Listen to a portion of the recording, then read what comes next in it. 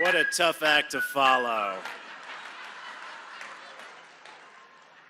The first rule of politics is to never follow Lauren Boebert. How about that? How is she? Now I know how much Matt Schlapp really doesn't like me to put me on the stage after her. I see my friend Billy Long in the audience.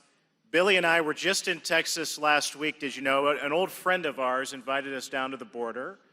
We led the largest delegation of congressmen ever to the border with President Donald Trump. Let me tell you, I will never be ashamed to say that Donald Trump is the most effective president of my lifetime.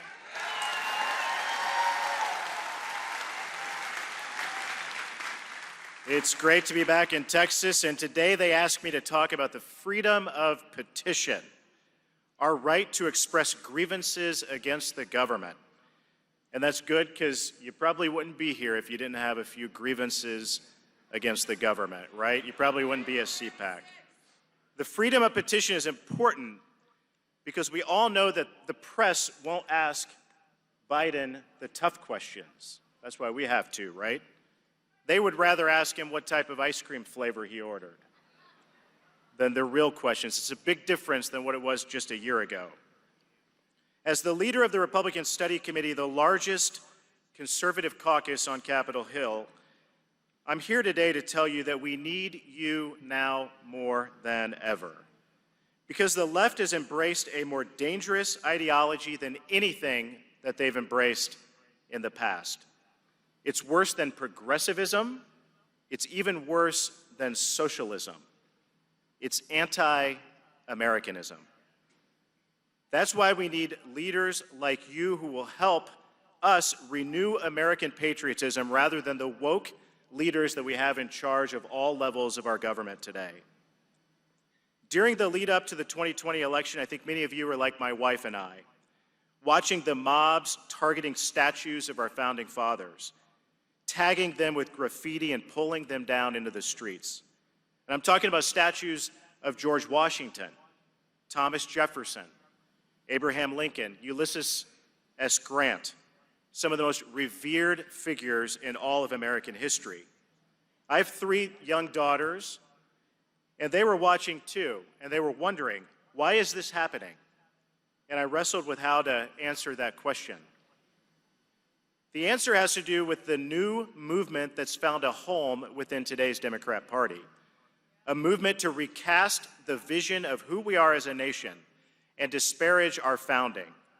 Its name is critical race theory, and it is a direct attack on America and our values. The destruction, violence, and rioting that we saw last year was not freedom of petition. You do not have a right to attack our police officers, to vandalize property and terrorize communities night after night. What does the freedom of petition look like? It's the brave parents right here in Southlake, Texas,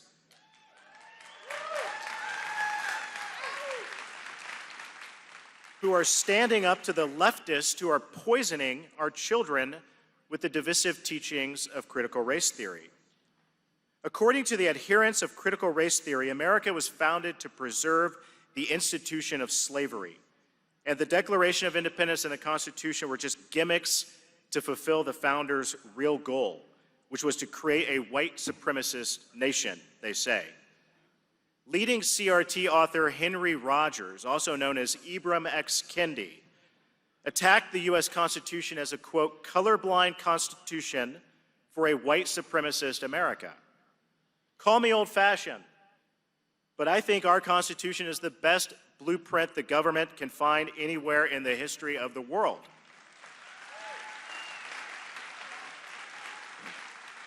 And I deeply respect the fact that it's colorblind, because that means anyone can succeed in America and be treated fairly under the law. Martin Luther King Jr. understood this. He told us that he had a dream that one day his children and grandchildren could live in a colorblind society. He told us that he wanted them to be judged by the content of their character, not by the color of their skin. But the left hates the idea of a colorblind society. They want people to be judged by the color of their skin. They want to reorder society according to race. That's why they are doing everything in their power to push this ideology and rewrite American history. The left has infected our schools with critical race theory from K through 12 to our universities. It's in the media and in Hollywood and corporate boardrooms and in Congress, where it was enshrined into COVID relief packages. Critical race theory is even in our military. As a Navy veteran who served in Afghanistan, I find it absolutely appalling. These institutions have all fallen short of America's most important ideal. And guess what? I'm not talking about equity. Equity is not who we are. America stands for equality, equality of opportunity.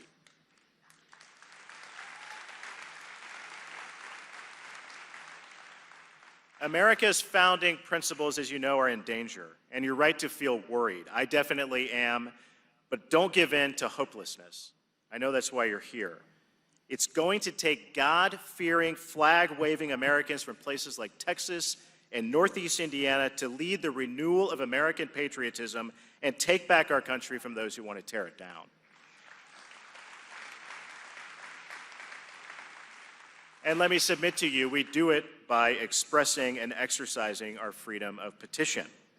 You know, in 2012, Twitter described itself as the free speech wing of the Free Speech Party. That was only a decade ago, and look at where we are now. Things have sure changed. The Democrat Party changed fast, and Twitter changed with them. But I believe that the next decade will be the American decade. This is the most important mission as conservatives that we have today, to preserve, to preach, and to restore the American dream. And as the conservative leader in the House, I'm doing my part in Congress.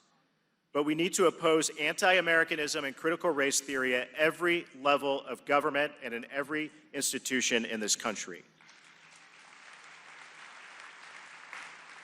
No battle is too small. No place is too far gone. From my hometown, a small town in Indiana called Columbia City, to Pelosi's hometown of San Francisco. I am convinced that people want to be proud Americans once again. And I think we can learn in closing a lot from Texas.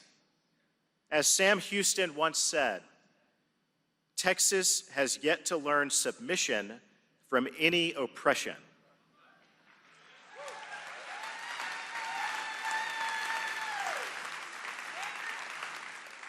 Conservatives should never submit to the anti-American Democrats. I never will. I know you won't either. Thank you and God bless.